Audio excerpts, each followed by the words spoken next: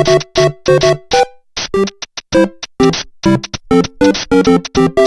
to IRBmanager. I'm going to tell you briefly how to use this online system to get your IRB application to the IRB office.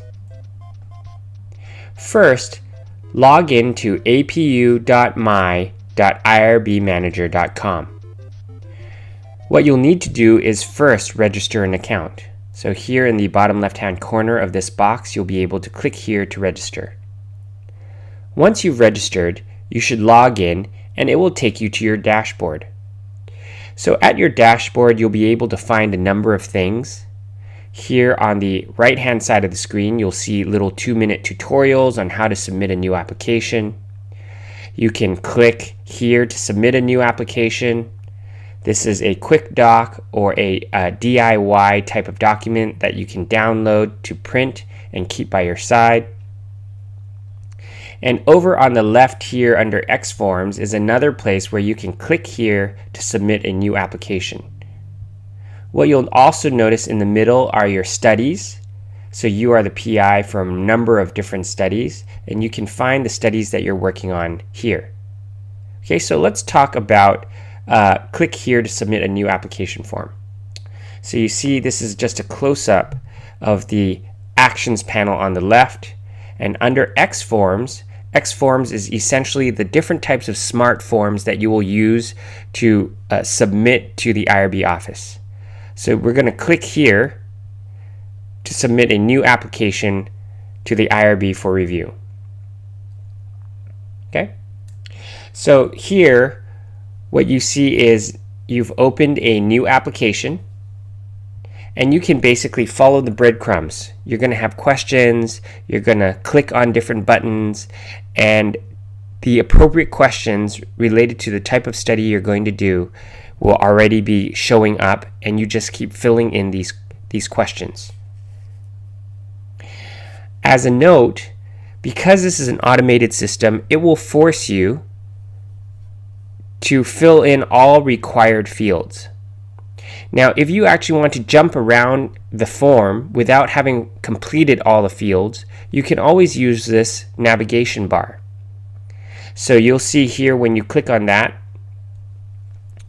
here is the navigation bar, and now you can click through to any part of the study and basically take a look at questions. Many times you're wondering, I wonder how I should answer this current question, but they might ask me this similar type of question further down the road, so you can jump around and take a quick look. If you do not complete all the questions and you try to click next, a little error bar will show up and tell you which areas you have not completed yet. But you can always use the navigation bar to move around throughout the study. Adding collaborators. So you're going to get to a part in the form that's going to ask you, is there anybody else? Are there other people who you want to add as people who are going to be collecting data with you or will be handling sensitive data? And so here at this point, you will basically be able to add a contact. If this person is already in the APU system, or particularly if they have already registered themselves, then you can just add contact and add their email in. And you can add as many little contacts as you'd like. Now, if they are not part of the system yet, or they haven't registered yet, you're going to have to go down to the new contact form. Okay, so there's a lot of little minions that you can add.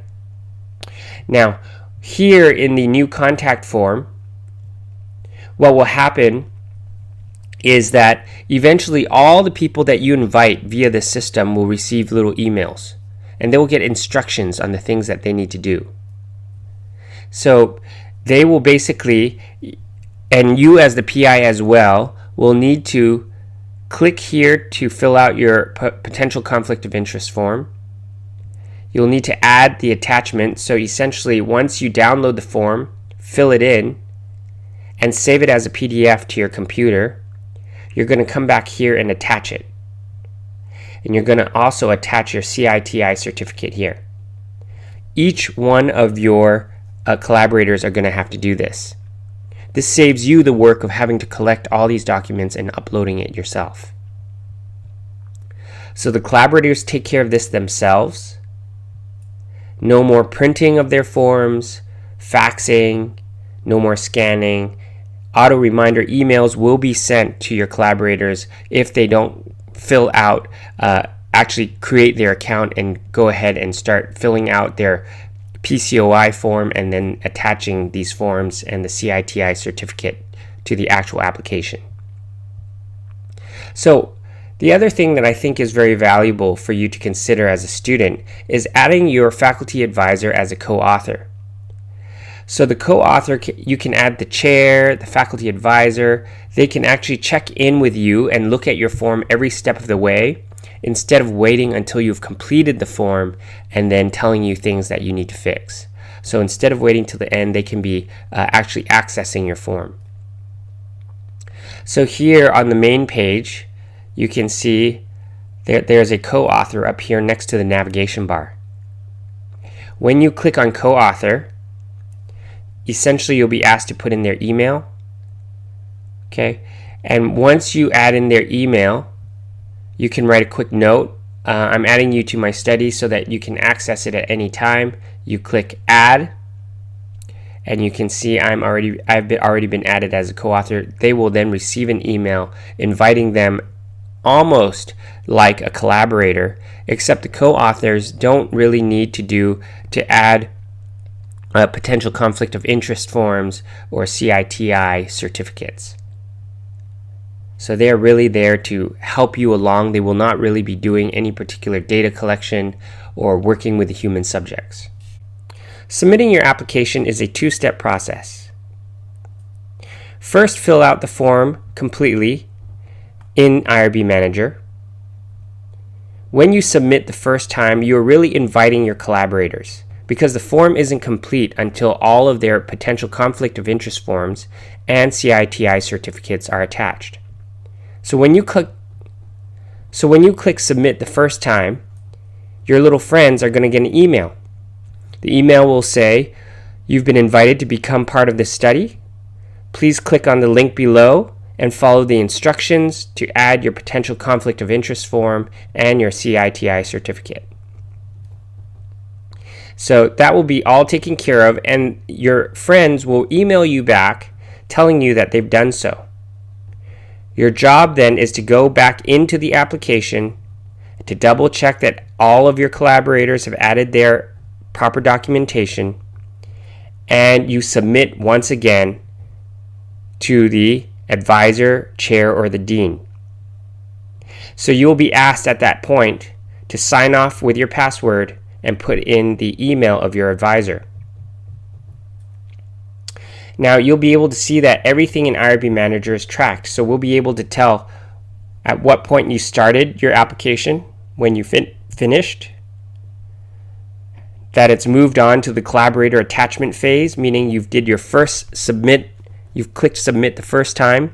So now all of your friends are getting these emails and trying to attach their PCOI or CITI certificates.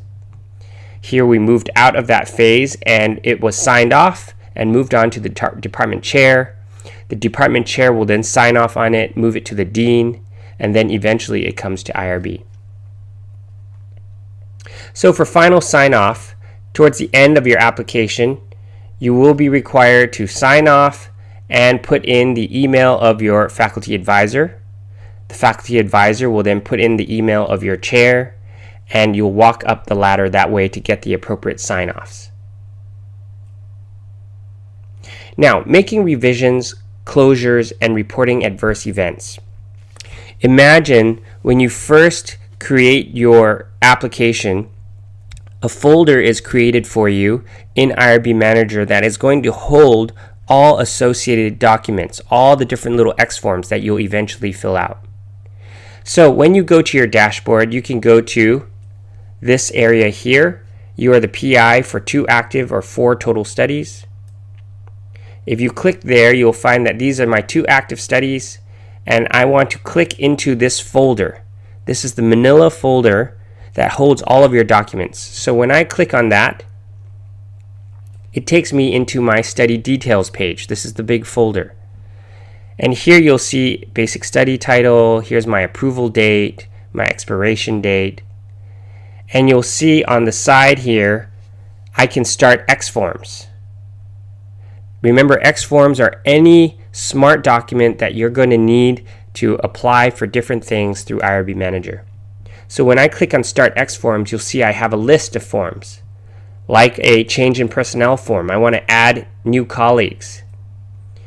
My study is complete, I want to create a closure report. I need to renew my study before it expires. Or I need to report some adverse event.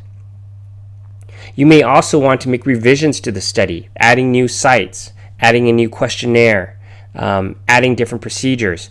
These are all forms that need to be started within the appropriate folder associated with your study.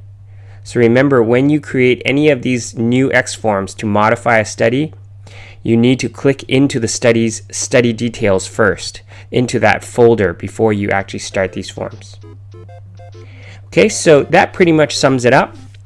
I want to thank you for your patience, for your support. My team and I are at your service.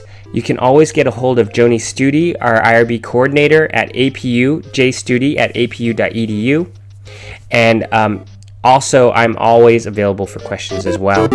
I hope you have a great experience using IRBmanager and wish you the best on your data collection and your research.